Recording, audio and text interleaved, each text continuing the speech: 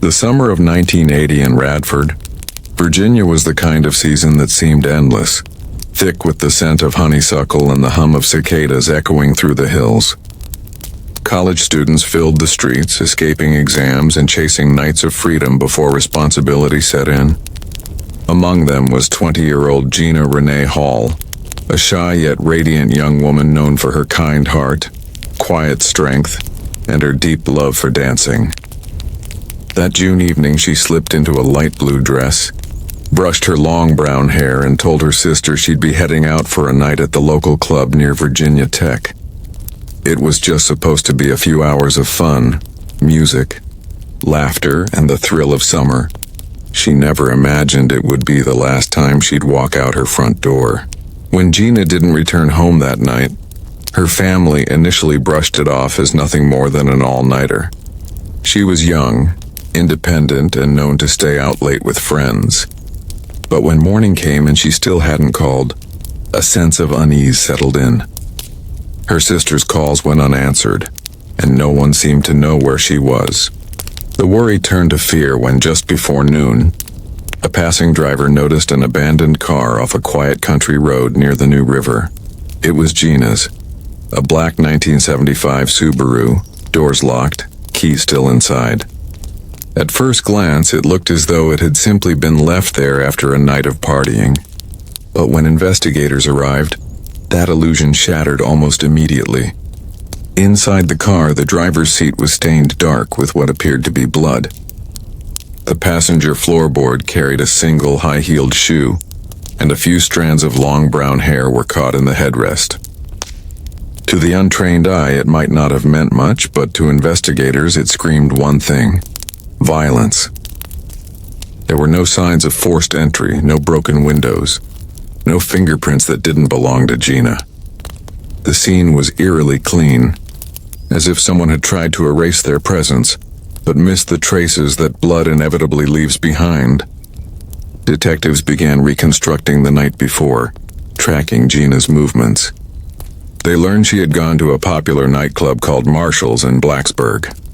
Witnesses there remembered her vividly. She had been dancing, laughing, and seemed to be enjoying herself. Several patrons recalled seeing her with a man, a tall, athletic figure with dark hair and piercing eyes named Stephen Epperly. He was known around town as charming but unpredictable, a man who could talk his way into any woman's attention, and had a reputation that made some uneasy. Those who knew him said he had a temper that surfaced after a few drinks, but he always found a way to smooth things over. That night, though, something about him seemed different.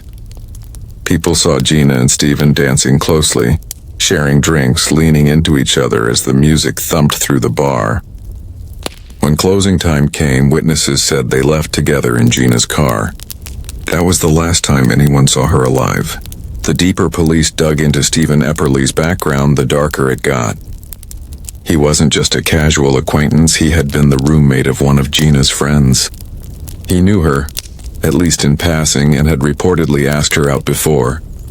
There were also whispers around town about his temper with women, about moments of rage that appeared and disappeared just as quickly. Detectives began to feel the chill of something far more sinister than a simple disappearance. Meanwhile, search teams scoured the area around where the car had been found. The thick Virginia woods were dense and unforgiving, filled with rocky terrain, insects, and steep drops near the river. Volunteers, police dogs, and divers worked tirelessly, but they found nothing. No clothing, no body, not even a trace of Gina beyond what was in that car. As the hours turned into days, the case shifted from a missing persons report to a suspected homicide. But without a body, the word murder felt heavy on everyone's lips. Back at police headquarters, investigators laid out the timeline again and again. Every version of the story pointed back to Epperly. They discovered that after leaving the club, the two drove toward Clater Lake, where Stephen's friend owned a cabin. He had access to it that night, and was supposed to be there alone. It was an isolated area surrounded by forest and water, a perfect place for secrets to be buried. When detectives questioned him, his calm demeanor unnerved them. He said Gina had dropped him off near the cabin and then left, supposedly to drive home. When asked about the blood in her car, he shrugged, saying he had no idea what might have happened after she left him. But his story didn't line up. Witnesses at the club had seen them leaving together, and the cabin's owner told police that Epperly had called him early the next morning, sounding nervous, asking about cleaning supplies and carpet cleaner. When the owner arrived later that week, he noticed something off. The rug had been scrubbed in one spot, and there was a faint metallic scent that lingered in the air. He didn't think much of it at the time, but once he learned Gina was missing, the realization hit like a hammer. Detectives returned to the cabin with forensic teams, and what they found was grim. Beneath the freshly cleaned carpet, traces of blood seeped into the wooden floorboards. They also found hair fibers that were later determined to match Gina's. The evidence began to tell its own story. A struggle had occurred there, one that ended in violence. The theory was taking shape in their minds. Gina had been lured to the cabin, something had gone wrong, and she had never left alive. The community was in shock. Radford was a small place where people left their doors unlocked and kids played outside until dark. The idea that one of their own, a bright, kind-hearted college student, could vanish without a trace was too much to bear. Candlelight vigils were held on the campus lawn, friends and family holding pictures of Gina, praying for answers. Her sister Dolores refused to give up hope. She spent every waking hour helping with search teams, speaking with reporters and begging anyone with information to come forward. The investigation moved fast, but not fast enough for a family desperate for closure. As days became weeks, Gina's name was on every front page, her face plastered across every news broadcast in Virginia. The pressure mounted on police to make an arrest, but they knew that without a body, their case would be torn apart in court. They needed undeniable proof that Gina was dead and that Epperly was responsible. Then came the break they'd been waiting for. Forensic testing confirmed the blood found in the cabin, and in Gina's car was the same type, and it matched her medical records.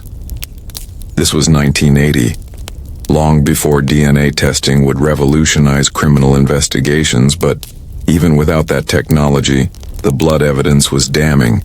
Combined with the witness testimonies, the inconsistencies in Epperly's statements, and his suspicious behavior after that night, the picture became clear. Still, doubt lingered. Could they really charge someone with murder when there was no corpse, no weapon, no confession? It was a question that divided both the legal community and the public. But for the detectives working the case, there was no question in their minds. Every instinct told them Gina was gone, and that Epperly had taken her life.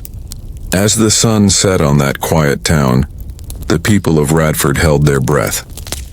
A young woman had vanished, and a predator walked among them. The woods near Clater Lake grew silent again, but beneath their stillness lay the truth, one that would soon shake Virginia's legal system to its core. The investigation into Gina Renee Hall's disappearance quickly became one of the most intense and emotional manhunts in Virginia's history. The deeper detectives dug, the more they realized how many strange pieces formed this puzzle. Gina was not the kind of girl who vanished without explanation. She was dependable, close to her family, and had plans for her future. Everyone who knew her described her as gentle, soft-spoken, and cautious, a woman who avoided trouble. For her to disappear into thin air didn't make sense, and that contradiction became the driving force behind every officer working the case.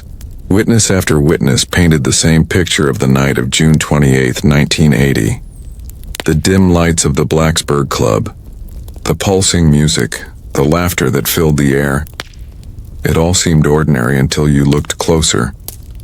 People recalled seeing Gina dancing with a tall, confident man who seemed to command attention wherever he went. That man was Stephen Epperly. He had grown up in the area, played football in college, and was known to charm women easily. Some said he had a magnetic presence. Others said there was something about him that didn't feel right. He was the kind of man who smiled easily but whose eyes didn't always match the smile. Around midnight, witnesses saw Gina and Stephen leaving together. One friend noticed Gina looked slightly uneasy, as if she wasn't entirely sure about going with him. But she didn't seem frightened, just hesitant. That small detail would haunt people later. How a moment of hesitation can be the line between safety and tragedy. The two left in Gina's car, heading toward Claytor Lake, a quiet, secluded area surrounded by thick woods and water. It was a popular spot for parties and romantic getaways, but that night it would become the scene of something far darker.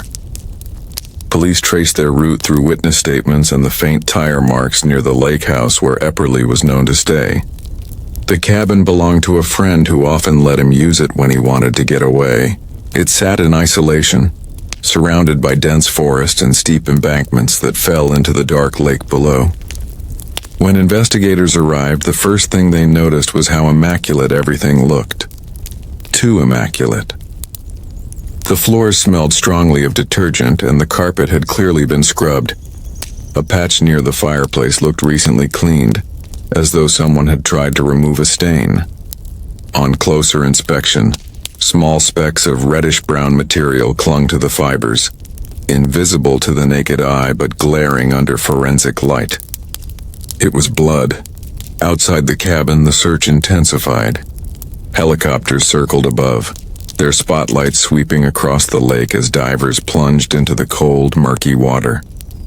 Boats dragged weighted lines along the bottom, hoping to catch on anything that might bring answers. Volunteers combed the woods, stepping carefully through brambles and mud, their flashlights flickering through the night. But no sign of Gina emerged. The lake, silent and endless, seemed to mock them with its calmness. The forests, thick and damp, held their secrets close. It was as if the earth itself had swallowed her whole. In the absence of a body, detectives turned to science. They sent the blood samples from the cabin and car to the state lab for testing.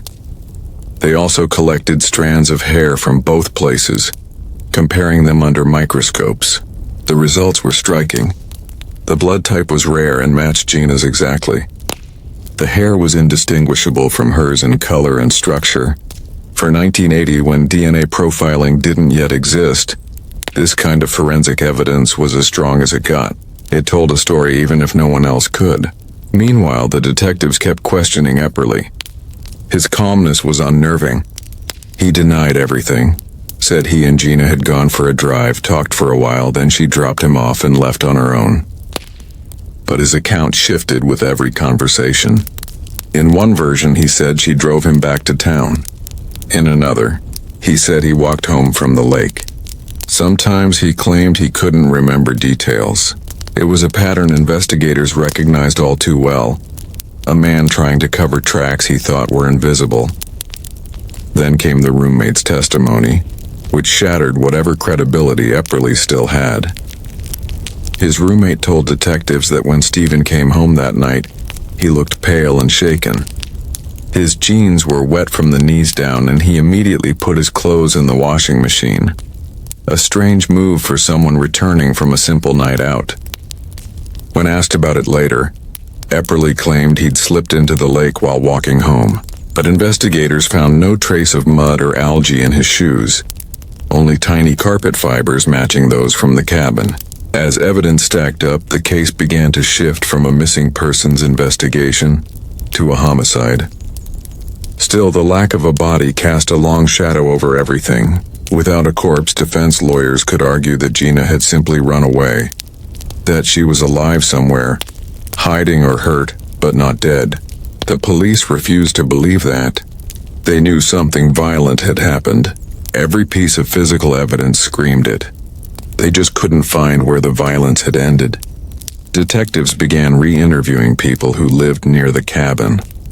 One woman recalled being awakened in the middle of the night by what she thought were screams, echoing from the direction of the lake. Another remembered seeing a car speeding down the narrow road toward town, its headlights off. When shown photos, she identified it as a car similar to Gina's. There were also reports of a man walking alone along the road that same night, his clothes clinging wetly to his body. All signs pointed back to Epperly. The more they learned, the clearer the timeline became. Gina had gone willingly with Epperly to the cabin.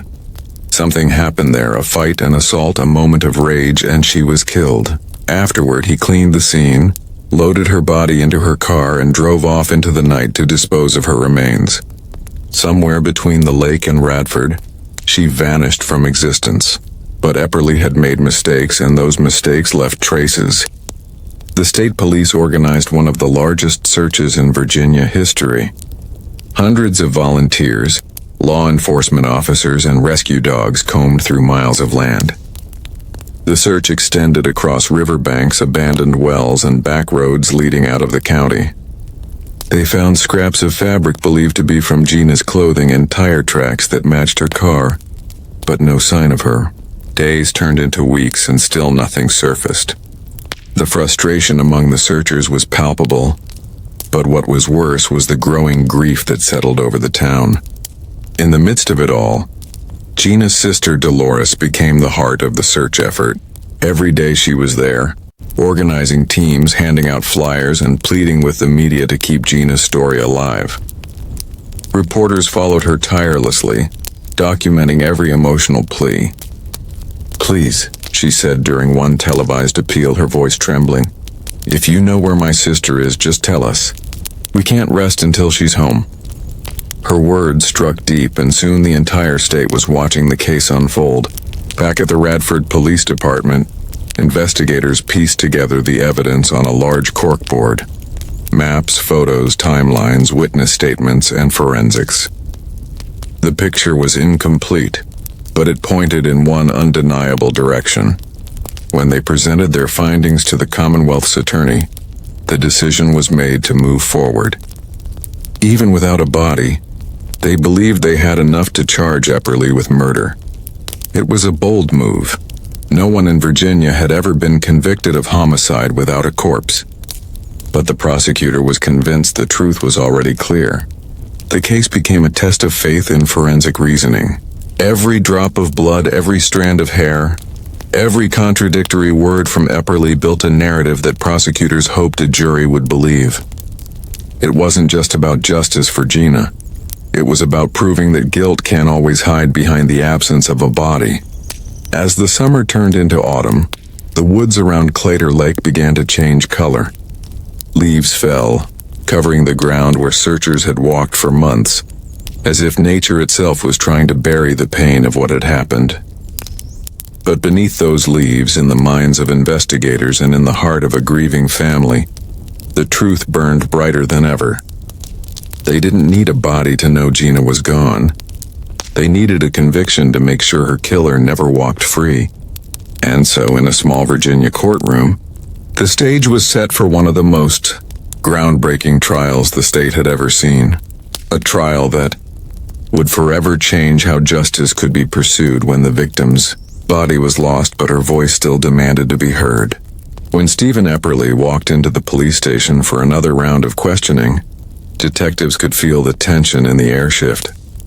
He was too calm, too measured, like a man rehearsing a story he'd already told himself 1,000 times. His eyes were sharp but cold, his body language composed yet distant. He didn't act like someone worried about a missing woman, someone he'd supposedly spent time with just hours before she vanished. To the seasoned investigators watching him, it didn't feel like grief. It felt like control. He began repeating his story again, as if by doing so it would somehow become more believable. He said he and Gina had gone to the cabin to relax after dancing at the club, that they talked for a while, maybe had a few drinks, and then she drove him back toward town. He claimed she was perfectly fine when they parted ways. But when detectives pressed him on the details, where exactly she dropped him off, what route they took, what time it was, his confidence started to crumble. He stumbled over his words, contradicted earlier statements, and at one point said he didn't remember. That line, "I don't remember," became his shield, his way of dodging questions that cut too close. Behind the glass, the lead investigator, Captain Don Lincoln, watched him carefully. He'd seen this kind of behavior before. A man who thought he could outsmart the system, who believed that without a body he could never be tied to a murder. But Lincoln also knew that guilt leaves fingerprints on the soul. People might clean carpets, wash their clothes, or bury evidence, but they couldn't erase the unease that guilt creates. He saw that unease flicker in Epperly's eyes, even if it was only for a moment. While Epperly was under scrutiny, forensic teams were working around the clock to analyze everything taken from the cabin, the car, and the nearby areas. In the lab, technicians carefully examined the blood-stained fibers lifted from the carpet, comparing them to samples taken from Gina's belongings. The matches were undeniable. It wasn't just that the blood type was the same, it was the microscopic fibers, tiny traces that placed her inside that cabin. Scientists also found hair strands matching Gina's caught in the carpet threads, and a faint print that matched the sole of her shoe. The story told by the evidence was stark and heartbreaking. Somewhere between the music-filled club and the quiet lake house, something had gone horribly wrong. Perhaps she tried to leave. Perhaps she rejected him. Perhaps he lost control. What they knew for sure was that there had been a violent struggle inside that cabin, and that she had never made it out alive. Epperly continued to deny everything, but his actions after that night betrayed him. The washing of his clothes, the obsessive cleaning of the cabin, his sudden silence with friends, all of it pointed to panic and guilt. His roommate's testimony added weight to the case. He told detectives that Epperly had returned home around 3 a.m, soaking wet, pale as a ghost and unusually quiet. He said Epperly threw his clothes into the washing machine immediately, something he'd never seen him do before. When asked why he was wet, Epperly simply said he had fallen into the lake. But detectives found that hard to believe. The lake water was cold, the terrain steep and treacherous. No one would be walking alone there in the middle of the night for no reason. The more detectives investigated, the more they realized Epperly had a pattern. Old acquaintances began to come forward, mostly women who recalled uncomfortable encounters with him. Some described him as charming but manipulative, the kind of man who would turn from smooth to sinister if he didn't get what he wanted.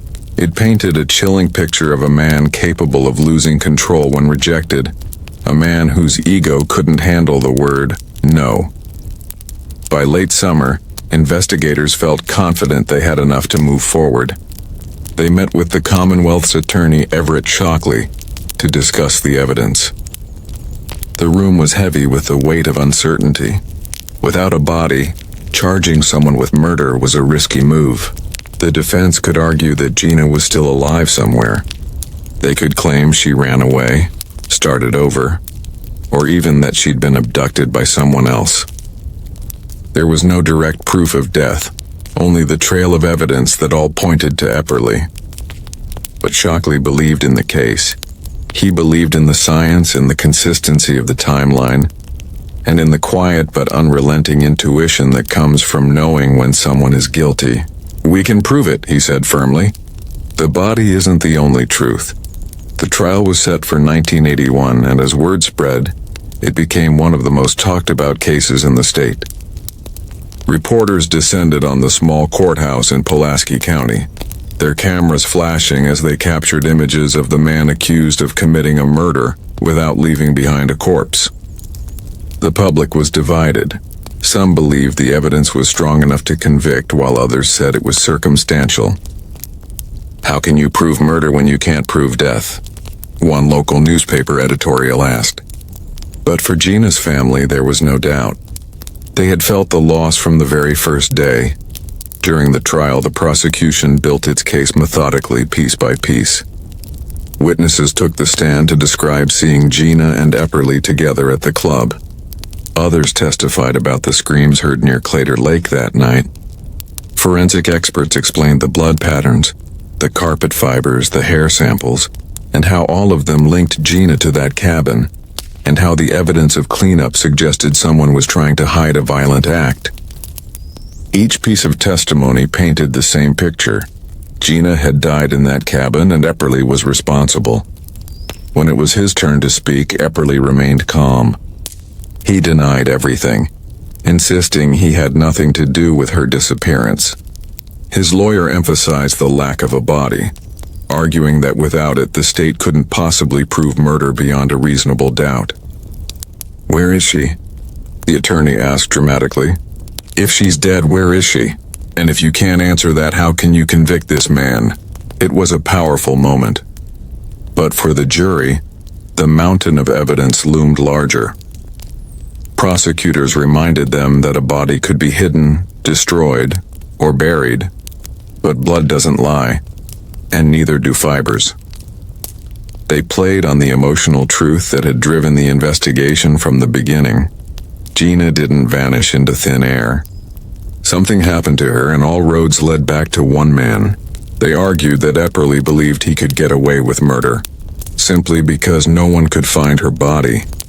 That he had underestimated the power of evidence and the persistence of justice.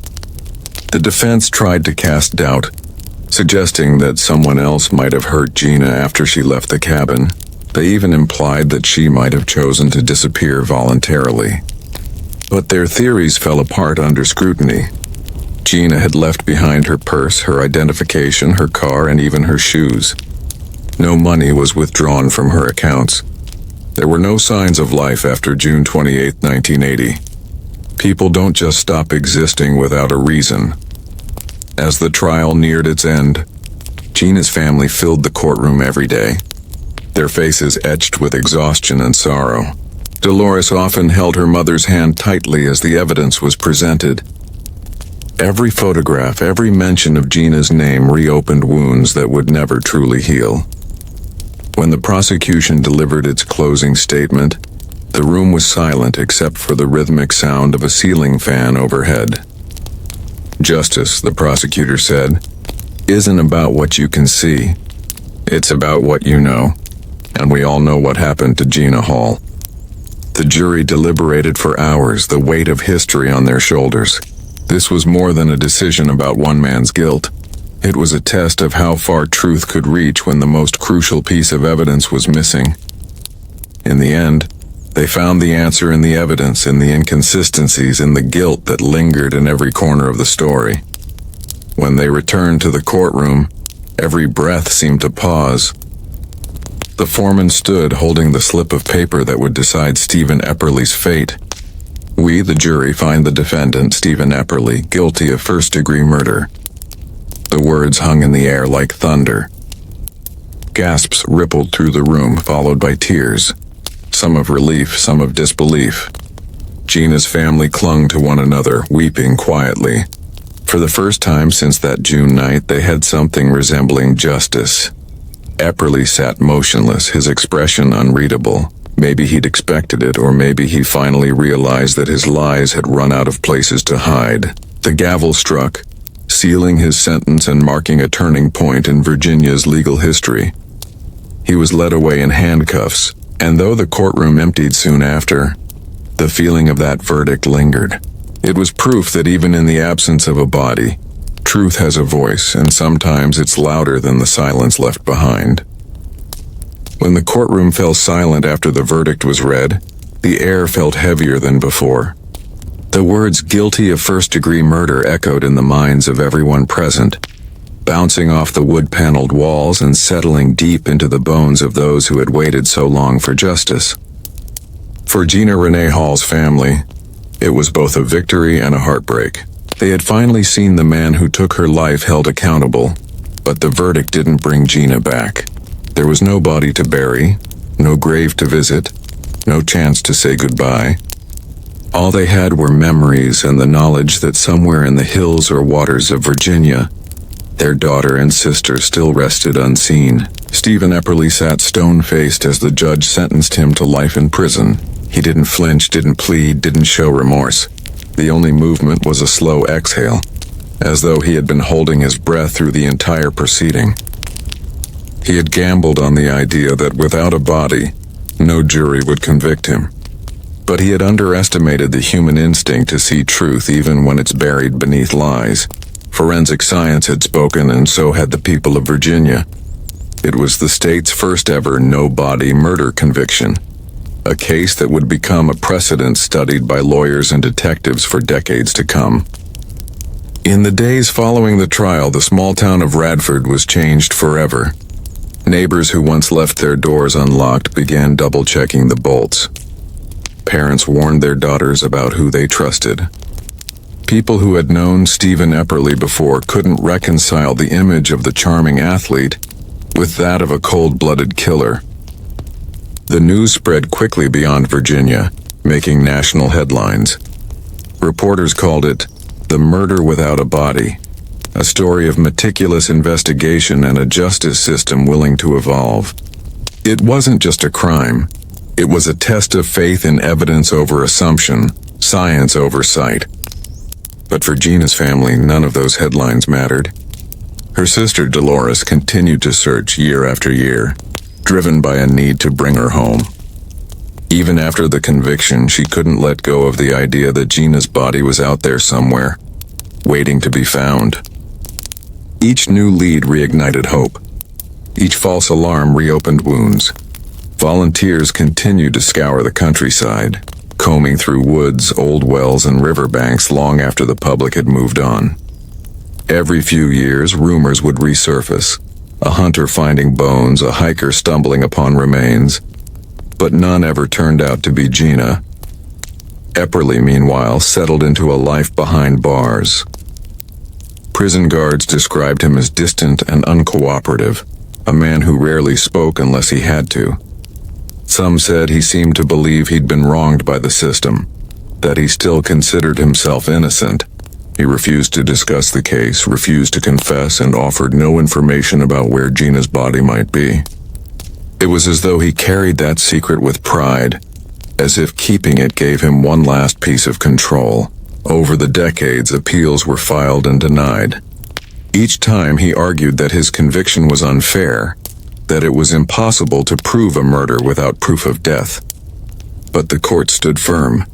The evidence had spoken clearly, and the verdict remained. For investigators who had worked the case, the years that followed were bittersweet. Captain Don Lincoln, now retired, often reflected on it as the defining case of his career.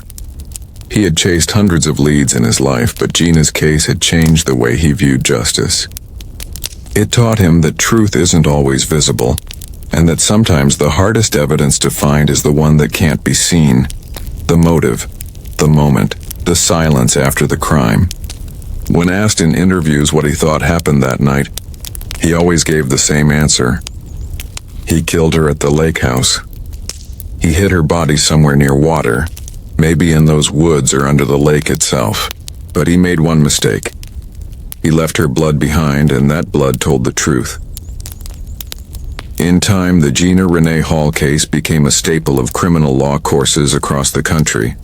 It was cited in legal textbooks, documentaries, and even TV crime shows as a groundbreaking example of how circumstantial evidence could secure a murder conviction. Lawyers debated its ethical implications, some arguing that convicting without a body was dangerous, while others praised it as a triumph of logic and forensic reasoning. What no one could debate was the power of the story itself. A young woman's disappearance, a family's relentless fight for justice, and a town forever haunted by what it lost. By the late 1990s, more than 15 years after Gina's disappearance, the case was still alive in the public imagination.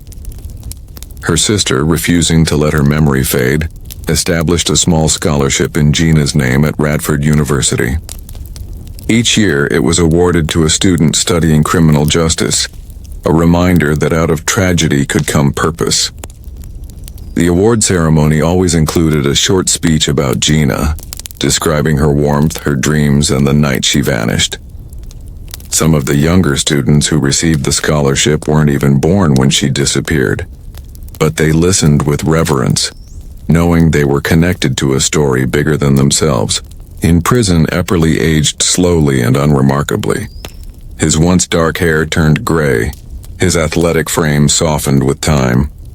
He maintained his innocence until the end, never admitting guilt, never revealing what he had done with Gina's body. Some prison staff believed he would take the secret to his grave, and he did.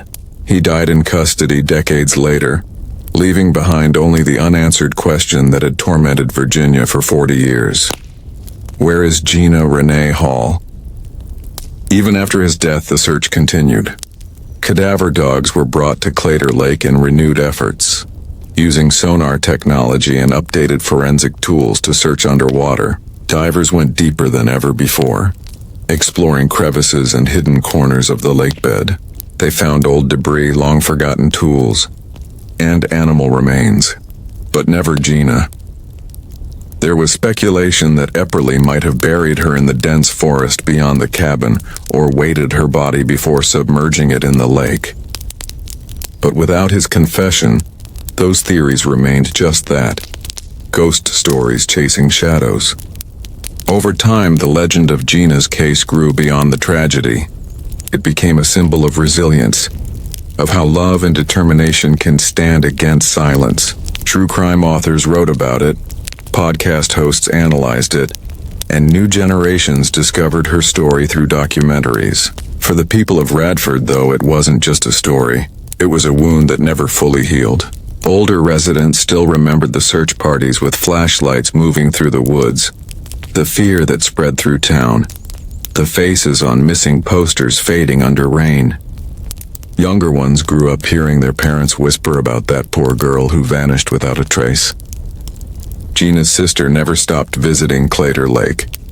Even in her later years, she would drive there every June, stand by the water, and lay flowers along the shore. Sometimes she spoke softly to the wind, as if speaking to Gina herself. "We haven't forgotten you," she'd say. "We're still looking." Locals who saw her there often turned away quietly, moved by the sight of a woman who refused to give up hope, even after decades of silence. The case of Gina Renee Hall remains one of Virginia's most haunting and important criminal investigations. It changed the way law enforcement handled missing persons and murder cases, showing that justice could still prevail even without a body. It gave investigators courage to trust the story written in blood, fibers, and behavior, rather than relying solely on what could be seen. To this day, her disappearance still stirs emotions: sorrow for a life taken too soon, anger at the man who refused to confess, and respect for the determination of those who sought the truth. The story's power lies not just in the crime, but in the people who refused to let her memory die. In the end, that became her legacy, a lasting reminder that silence is never stronger than truth, and that even when a body is never found, a soul can still echo loudly enough to be heard forever. As the sun sets over Claytor Lake, the water glimmers softly, peaceful yet heavy with history. Somewhere beneath its surface or deep within its surrounding woods, the mystery of what happened to Gina remains. But the world hasn't forgotten her name. Every whisper of wind, every ripple across the lake, feels like her spirit reminding those who pass by that justice, though incomplete, was still achieved. The man who thought he could erase her story couldn't. In the end, it was Gina's memory, not his silence, that endured.